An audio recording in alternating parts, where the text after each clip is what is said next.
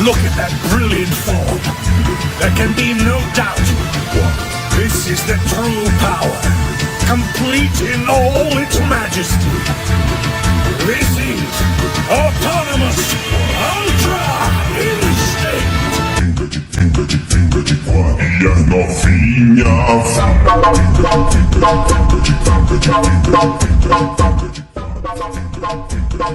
इस एपिसोड की स्टार्टिंग में हम देखते हैं फीमेल सेन को। फीमेल सेन की अचानक से आँख खुल जाती है। जब फीमेल सेन की आँख खुलती है वो देखती है कि वो इस मोड़ पर बेड पर लेटी हुई है। उसके साइड में उसकी सेन फ्रेंड बैठी हुई थी। जैसे ही फीमेल सेन की फ्रेंड फीमेल सेन की आँख खुलता देखती है वैसे ही वो फीमेल सेन के माथे पर अपना हाथ रखती है और कहती है तो बुखार धीरे धीरे उतर रहा है। फीमेल सेन ऐसा कहती है तभी उस बात पर कोई कहता है अब ये होश में आ चुकी है तो इसके माथे पर क्या हाथ रख रही हो, इसके माथे पर पानी की पट्टियाँ रखो। ये कहने वाला और कोई नहीं नया सेन एम्परर होता है। नया सेन एम्परर अपनी बहन से कहता है कि इसके माथे पर इस मोड़ पर तुम्हें पानी की पट्टियाँ रखनी चाहिए, इससे इसका बुखार ज़रा कम होगा। तभी बारडॉक अचानक से फीमेल सेन के साइड में बैठ जाता है और उसका हाथ पकड़ता है और कहता है तुम्हें हो क्या गया था, तुम 2 दिन से उठी भी नहीं, अभी तुम उठ चुकी हो तो ज़रा सा रिलैक्स करो। बारडॉक की बात खत्म हो उससे पहले कोको बीच में बोलता है। वो कहता है रिलैक्स करो सब, वो अभी अभी नींद से जागी है, वो पूरे 2 दिन तक सोई हुई थी, उसने 2 दिन से कुछ भी नहीं खाया है, तो क्यों ना उसे पहले खाने के लिए तो पूछ लो। वैसे भी उसकी हालत काफ़ी ज़्यादा डाउन लग रही है, उसका शरीर अब भी गर्म है। इस वक्त पर हम देखते हैं कि female Sen x Sen emperor को जोर से गले से लगा लेती है। वो कहती है प्लीज़ मुझे बचा लो और उसकी आंखों से अचानक से आंसू निकलने लग जाते हैं। इस मोड़ पर जो सेन एम्परर है वो समझ नहीं पाती कि फीमेल सेन क्या कहना चाहती है। फिर फीमेल सेन आगे कहती है कि उसके काफ़ी बड़े बड़े बाल, उसकी काली आंखें और उसने मेरे गले को काफ़ी जोर से पकड़ा हुआ था। इस मोड़ पर उस रूम में जितने भी लोग थे वो सारे ही लोग फीमेल सेन को देखने लग जाते हैं और फीमेल सेन जो अपनी फ्रेंड को गले लगाकर रोए जा रही थी, उसकी फ्रेंड बड़ी मुश्किल से उसे शांत करने में कामयाब हो जाती है। फिर उसे एक गिलास पानी का देने के बाद फीमेल सेन कहती है कि उसकी हाइट काफ़ी ज़्यादा है, उसकी दोनों आंखें काफ़ी ज़्यादा ही डरावनी है। साथ ही में एक चीज़ को नहीं इग्नोर किया जा सकता, उसके बाल काफ़ी ज़्यादा बड़े थे, वो मुझसे 100 टाइम ज़्यादा पावरफुल होगा। बारडॉक फीमेल सेन को शांत करने में मदद करने लग जाता है और फिर बारडॉक फीमेल सेन से पूछता है आखिर वो है कौन, तुम उसके बारे में क्या जानती हो, मुझे बताओ, मैं उसकी अकल ठिकाने लगाऊंगा। फीमेल सेन कहती है कि वो अकेला नहीं है, उसके साथ उसका एक दोस्त भी था, उसके जो बाल है वो पूरी तरह से लाल है, उसकी आंखें भी पूरी तरह से लाल है, उसका स्किन टोन काफ़ी ज़्यादा डार्क है, किसी डेविल की तरह।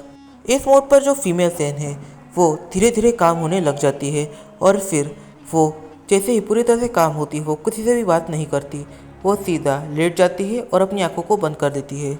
इस मोड पर जैसे ही फीमेल सेन वहाँ पे सो जाती है, फीमेल सेन पर कहती है कि तुम लोगों को अपने कामों पर लग जाना चाहिए, मैं इसके साथ रुकूंगी।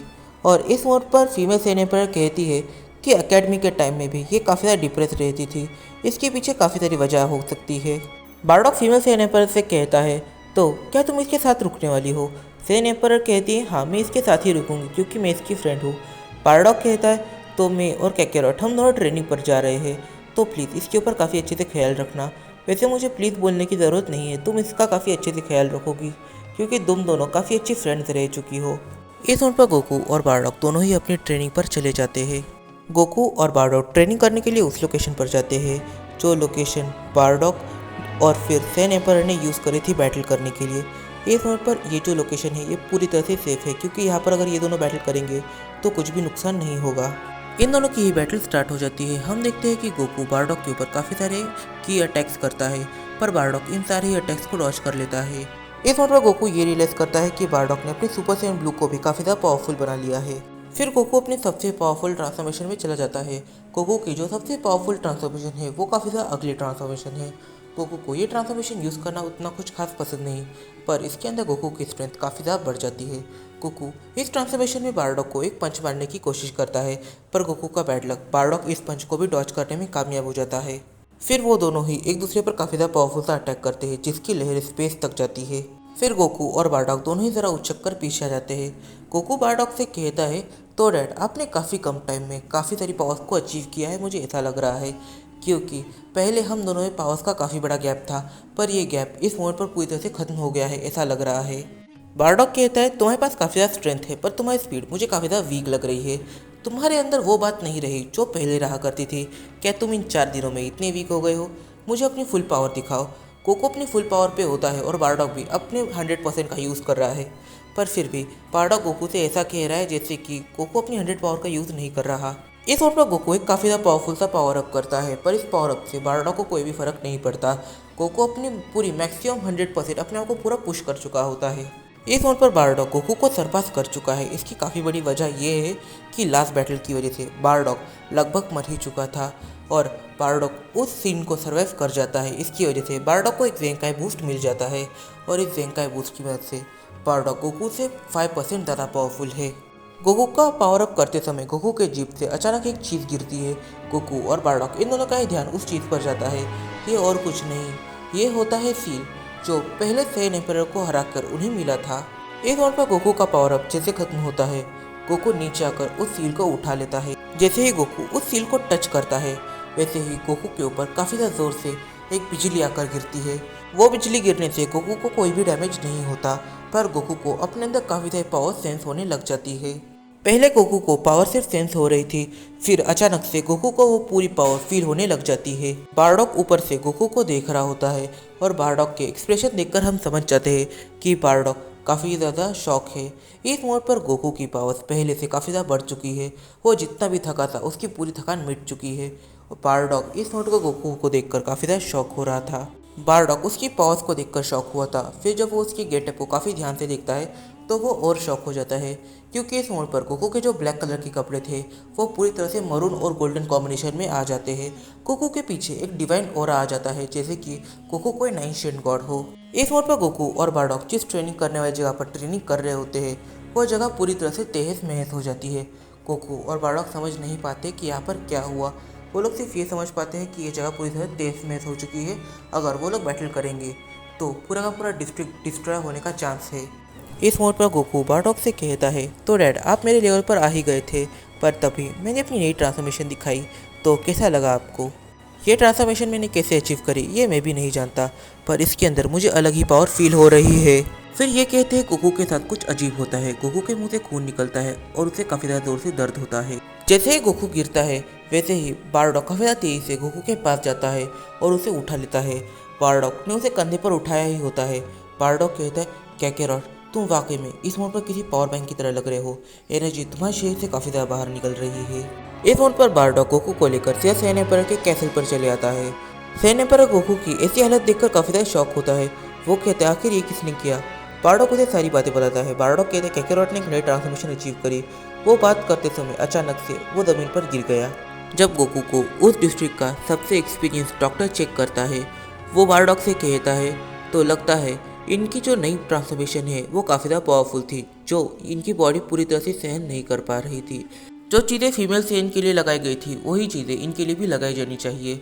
इसका मतलब कि फीमेल सेन और गोकू दोनों को ही एक एक मंथ बेड रेस्ट की काफ़ी ज़्यादा ज़रूरत है और साथ ही में इनके कुछ मेडिसिन जो उसने लिख दिए हैं उन मेडिसिन को बाद में ही दे देना चाहिए। इस नोट पर सेन डॉक्टर बारडॉग से कहता है, वैसे फीमेल सेन और कैकेरॉट इन दोनों का क्योर एक ही है, पर हाँ इन दोनों की ही प्रॉब्लम्स अलग अलग है।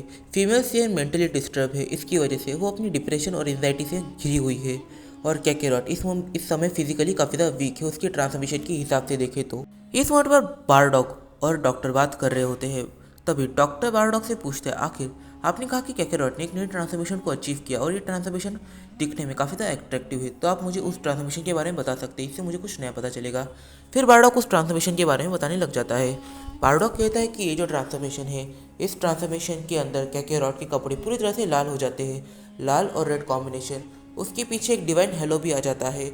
उसके बालों में मुझे काफ़ी ज़्यादा रेड कलर दिखकर आ रहा था। बारडॉग और डॉक्टर इन दोनों की बातें चल ही रही थी कि तभी वहाँ पर सैन एम्परर आ जाता है। सैन एम्परर बारडॉग से कहता है, मुझे काफ़ी ज़्यादा बोरिंग लग रहा था तो मैं यहाँ पर आ गया। मैं ये सोच रहा हूँ कि हमें कैकेरॉट को फीमेल सैन के साथ शिफ्ट कर देना चाहिए, ये काफ़ी अच्छा रहेगा। और बारडॉग, इस मोड पर क्यों ना हम ट्रेनिंग पर चले, अगर हम ट्रेनिंग करेंगे तो हम और भी ज़्यादा पावरफुल हो पाएंगे। बारडॉग सैन एम्परर से कहता है, सॉरी पर मैं नहीं आ सकता, इस मोड पर मेरा बेटा बेड रेस्ट पर है और मुझे उसकी देखभाल करनी चाहिए, मुझे ट्रेनिंग करने की कोई भी ज़रूरत नहीं है। सैन एम्परर बारडॉग से कहता है, अगर इस मोड पर तुम 1 महीना यहाँ पे रुकोगे तो टाइम की वेस्टेज हो जाएगी, इससे अच्छा अगर तुम हमारे साथ ट्रेनिंग करोगे तो फिर तुम और ज़्यादा पावरफुल हो जाओगे, और जब कैकेरॉट जागेगा तो तुम उसे एक टफ फाइट दे पाओगे। यहाँ पर डॉक्टर है, मेरी सिस्टर है, वो लोग फीमेल सेन और कैकेरॉट इन दोनों का ध्यान काफ़ी अच्छे से रख सकते हैं। फिर बारडॉक सैन एम्पर की बात मान लेता है और बारडॉक और सैन एम्पर ट्रेनिंग करने के लिए चले जाते हैं। वो लोग ट्रेनिंग करने के लिए एक ऐसी जगह पर चले जाते हैं जहाँ पर कोई भी लिविंग थिंग नहीं रहता, इसका मतलब कि स्पेस वैक्यूम। यहाँ पर इन दोनों की ट्रेनिंग काफ़ी ज़्यादा स्ट्रिक्ट होने वाली है। फिर हम देखते हैं गोकू को, जो इस फोन पर अपने बेड पर लेटा हुआ है। फिर सीन शिफ्ट होता है उसके माइंड के अंदर। फिर हम देखते हैं गोकू और वेजिटा की बैटल जो उसके माइंड में चल रही थी। इस मोड पर ये गोकू का सपना है। हम देखते हैं इस मोड पर गोकू ने अचानक से वेजिटा का पंच पकड़ लिया है। गोकू वेजिटा से कहता है, तो वाकई में तुम काफ़ी ज़्यादा टफ बन चुके हो इतने टाइम तक ट्रेनिंग करने के बाद। गोकू अपनी सुपर सैयन ट्रांसफॉर्मेशन के अंदर काफ़ी जोर से पावर अप करता है। फिर गोकू सुपर सैयन 3 ट्रांसफॉर्मेशन में चला जाता है। फिर गोकू अपनी सुपर सैयन ब्लू ट्रांसफॉर्मेशन में चला जाता है। जैसे ही गोकू अपनी सुपर सैयन ब्लू में जाता है वैसे ही वेजिटा गोकू पर अटैक करता है। फिर वेजिटा भी अपना ट्रांसफॉर्मेशन करता है और वो अपनी अल्ट्रा एगो ट्रांसफॉर्मेशन में चले जाता है। वेजिटा गोकू से कहता है, तो इस मूवमेंट पर तुम मेरी इस ट्रांसफॉर्मेशन के आगे सुपर सैयन ब्लू में नहीं टिक सकते। तुम्हें अपनी सबसे पावरफुल ट्रांसफॉर्मेशन, वो टूर्नामेंट वाली ट्रांसफॉर्मेशन को दिखाना पड़ेगा। गोकू इस ट्रांसफॉर्मेशन को देखकर चौंक जाता है। गोकू पावर अप करता है और अपनी अल्ट्रा इंस्टेंट में चला जाता है। गोकू वेजिटा से कहता है, तो इस ट्रांसफॉर्मेशन के बारे में भूल ही गया था, तुम्हारी अल्ट्रा ईगो ट्रांसफॉर्मेशन। इसे तुमने ग्रेनोला वाली फाइट में इस्तेमाल किया था। काफ़ी ज़्यादा इंप्रेसिव ट्रांसफॉर्मेशन है। फिर गोकू भी काफ़ी ज़्यादा ज़ोर से पावर अप करता है और वो अपनी अल्ट्रा इंस्टेंट ट्रांसफॉर्मेशन से मास्टर्ड अल्ट्रा इंस्टेंट ट्रांसफॉर्मेशन में चला जाता है। इस मोड पर गोकू अपनी मास्टर्ड अल्ट्रा इंस्टेंट में होता है। गोकू वेजिटा से कहता है, हमारी इस बैटल के लिए पिरामिड ऑफ पावर ही एक अच्छा ऑप्शन था। अगर ये बैटल यूनिवर्स में हो रही होती तो अभी तक काफ़ी सारे प्लैनेट डिस्ट्रॉय हो जाते। इस मोड पर वेजिटा अपनी अल्ट्रा ईगो 100 पर होता है और गोकू इस मोड पर वेजिटा को अपनी अल्ट्रा ईगो 100 पर देखकर खुद भी मास्टर अल्ट्रा इंस्टेंट के 100 पावर पे चला जाता है। गोकू के शरीर पर जो फालतू कपड़ा लगा हुआ था गोकू उसे जोर से खींचकर निकाल देता है। इन दोनों की ही बैटल स्टार्ट हो जाती है। इनकी बैटल की वजह से होता ऐसा है कि जो पिरामिड ऑफ पावर था वो काफ़ी हद तक अनस्टेबल होने लग जाता है। ये लोग डायमेंशन के रूल्स को भी ब्रेक कर रहे थे और स्पेस रियलिटी की तो धज्जियाँ उड़ रही थी। तभी गोकू अपनी सुजानो को एक्टिवेट करता है। गोकू जैसे ही अपनी सुजानो को एक्टिवेट करता है वैसे उसकी काफ़ी बड़ी इमेज बनने तैयार हो जाती है। इस मोड पर वेजिटा के पास गोकू से जीतने का 0% चांस होता है क्योंकि उसका सुजानो है इतना पावरफुल। वेजिटा चाहकर भी सुजानो के अंदर गोकू पर अटैक नहीं कर सकता। फिर वेजिटा भी अपना हिडन मूव दिखाना स्टार्ट करता है। वेजिटा अपने डिवाइन डिस्ट्रक्शन की के साथ एक सुजानो क्रिएट करने की कोशिश करता है और ये वो काफ़ी बार कर चुका है पिरामिड ऑफ पावर के अंदर। इस मोड पर गोकू और काफ़ी हद तक बीरस ये दोनों ही काफ़ी ज़्यादा शौक थे क्योंकि उन्हें इसके बारे में कुछ भी नहीं पता था। फिर गोकू और वेजिटा इन दोनों के सुजानो के बीच बैटल होती है।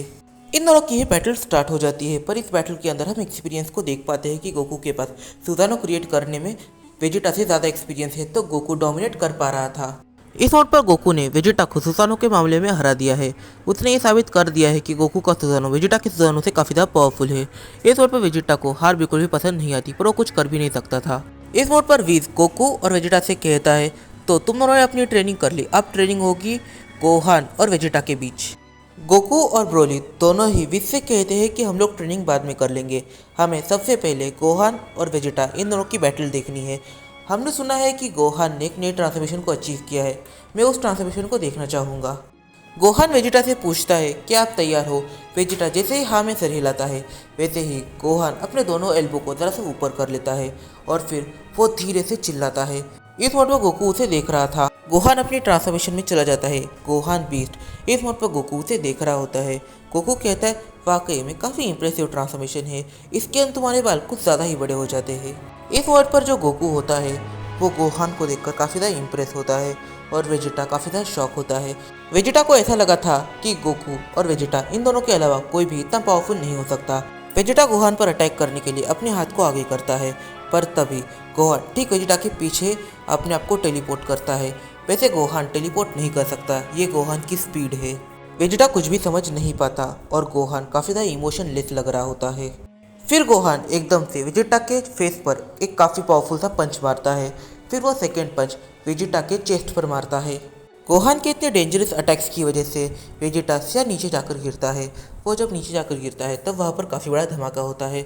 इस धमाके में गोहान भी आ जाता है। फिर जब ज़रा सी धूल हटती है हम देखते हैं गोहान इस मोमेंट पर वहाँ पर अटैक कर चुका है और वहाँ पर वेजिटा सही सलामत खड़ा है। वेजिटा अपनी अल्ट्रा ईगो ट्रांसफॉर्मेशन में होता है। गोहान के किक को इस मोड पर वेजिटा डॉच करने में कामयाब हो जाता है, पर गोहान को इससे कोई भी फर्क नहीं पड़ता। गोहान इस मोड पर भी इमोशनलेस लग रहा होता है। इस मोड पर जैसे ही गोहान वेजिटा को हंसता देखता है, गोहान एकदम से वेजिटा का सर पकड़ लेता है और उससे कहता है हैप्पी बर्थडे प्रिंस वेजिटा, और फिर वो उसे उड़ाने लग जाता है। गोहान काफ़ी ज़्यादा तेज़ी से उड़ रहा होता है और इस मोड पर इतनी स्पीड होने की वजह से सीरियसली वेजिटा कुछ भी नहीं कर पा रहा था और गोहान का चेहरा फिर भी इमोशनलेस लग रहा होता है। पर इस मोड पर इतना ज़्यादा मार खाने के बाद वेजिटा फाइनली गोहान के हाथ से खुद को छुड़ाने में कामयाब हो जाता है। इस मोड पर ये दोनों ही अपनी सबसे पीक पावर पर लड़ रहे थे। तभी गोहान कहता है तो अब कैसा लग रहा है जब मैं भी तुम्हारे इक्वल में आकर खड़ा हो चुका हूँ। वेजिटा कह रहा है तुम वाकई में काफ़ी ज़्यादा बोलते हो। गोहान कहता है तुम कुछ भी बोलो, मुझे कोई भी फर्क नहीं पड़ने वाला। इन सब की बैटल के टाइम पीरस और विस ये रियलाइज करते हैं कि अगर इन्हें और ज़्यादा पावरफुल बनने का मौका दिया गया तो ये लोग पूरा कॉस्मोस ही टेक ओवर कर लेंगे। इसकी वजह से पीरस और विस इन दोनों की बैटल को रोक लेते हैं और ये मैच पूरी तरह से टाई हो जाता है। मतलब कि गोहान और वेजिटा दोनों ही एक लेवल पर है, ऐसा मान लिया जाता है। इस वर्ड पर हम बीस्ट गोहान और अल्ट्रा ईगो वेजिटा समझ सकते हैं, पर हम लोग मास्टर अल्ट्रा इंस्टेंट गोकू और लेजेंडरी सुपर सैयन ब्रोली इस बैटल को भी इग्नोर नहीं कर सकते। दूसरी साइड वो बैटल भी चल ही रही थी। फिर वीस को सुप्रीम काय का कॉल आता है। सुप्रीम काय वीस से कहते हैं कि काफ़ी सारे प्लैनेट्स डिस्ट्रॉय हो चुके हैं और साथ ही में काफ़ी सारे ही यूनिवर्सेस में आपकी ये जो ट्रेनिंग चल रही है ये बात फैल चुकी है। हर कोई इस मोमेंट पर गोकू, वेजिटा और गोहान इन तीनों की सेंस कर चुका है और हर कोई ब्रोली की भी की सेंस कर चुका है, पर वो लोग ये नहीं जानते कि ब्रोली कौन है। तो सारे ही सुप्रीम काइस मुझे कॉल कर कर कर तकलीफ दे रहे हैं। मैं उन सभी को बताकर उनका मुंह शांत कर सकता था, पर मुझे खुद को ही नहीं पता कि वो फोर्थ की आखिर किसकी है। क्या मुझे आप इसके बारे में थोड़ा सा आइडिया दे सकते हो? दूसरी तरह यूनिवर्स 11 में टोपो और जिरेन दोनों ही इस की को सेंस कर पाते हैं। इस मोड पर वो गोकू, वेजिटा और गोहान इन तीनों की को इजीली डिफाइन कर पाते हैं, पर जो फोर्थ की थी ब्रोली की, वो लोग नहीं पता कर पाते कि ये ब्रोली किसकी है। वो लोग हर किसी की को याद करने की कोशिश करते हैं, पर वो लोग समझ ही नहीं पाते हैं। तभी यूनिवर्स 11 की एंजल मार्गरेटा धीरे से खांसती है और वो कहती है हाँ, अब जिस इस फोर्थ वॉरियर की अभी सेंस कर पा रहे हो, ये फोर्थ वॉरियर काफ़ी हद तक जिरेन की तरह पावर रखता है। मुझे कभी कभी लगता है कि इसने जिरेन को भी पावर और स्ट्रेंथ के मामले में सरपास कर दिया हो। यूनिवर्स 7 ने अपने सबसे पावरफुल वॉरियर को टूर्नामेंट ऑफ पावर 1 के टाइम में भी छुपा के रखा था। अब वो वॉरियर बाहर आ चुका है। पहले तो वो फर्स्ट पोजीशन पे था, पर इस मोड पर वो अभी फोर्थ पोजीशन पे है। अगर यूनिवर्स 11 में उनकी की सेंस हो पा रही हो तो सोचो यूनिवर्स 7 के अर्थ पर क्या हाल हो रहा होगा। तो यूनिवर्स 7 के अर्थ पर इस मोड पर सुनामी आई हुई है। उनकी एनर्जी की सीरियसली यहाँ पर किसी विंड की तरह आ रही है। हर एक जगह पर सिर्फ डिस्ट्रक्शन हो रहा है।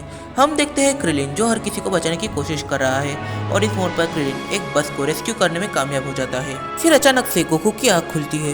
गोकू अपने आसपास देखता है और गोकू कहता है तो ये सिर्फ सपना था, पर यह सपना वाकई में काफ़ी ज़्यादा अच्छा था। मैंने गोहान की जब वो लास्ट ट्रांसफॉर्मेशन देखी थी, उसके अंदर एक अलग ही हाइप थी।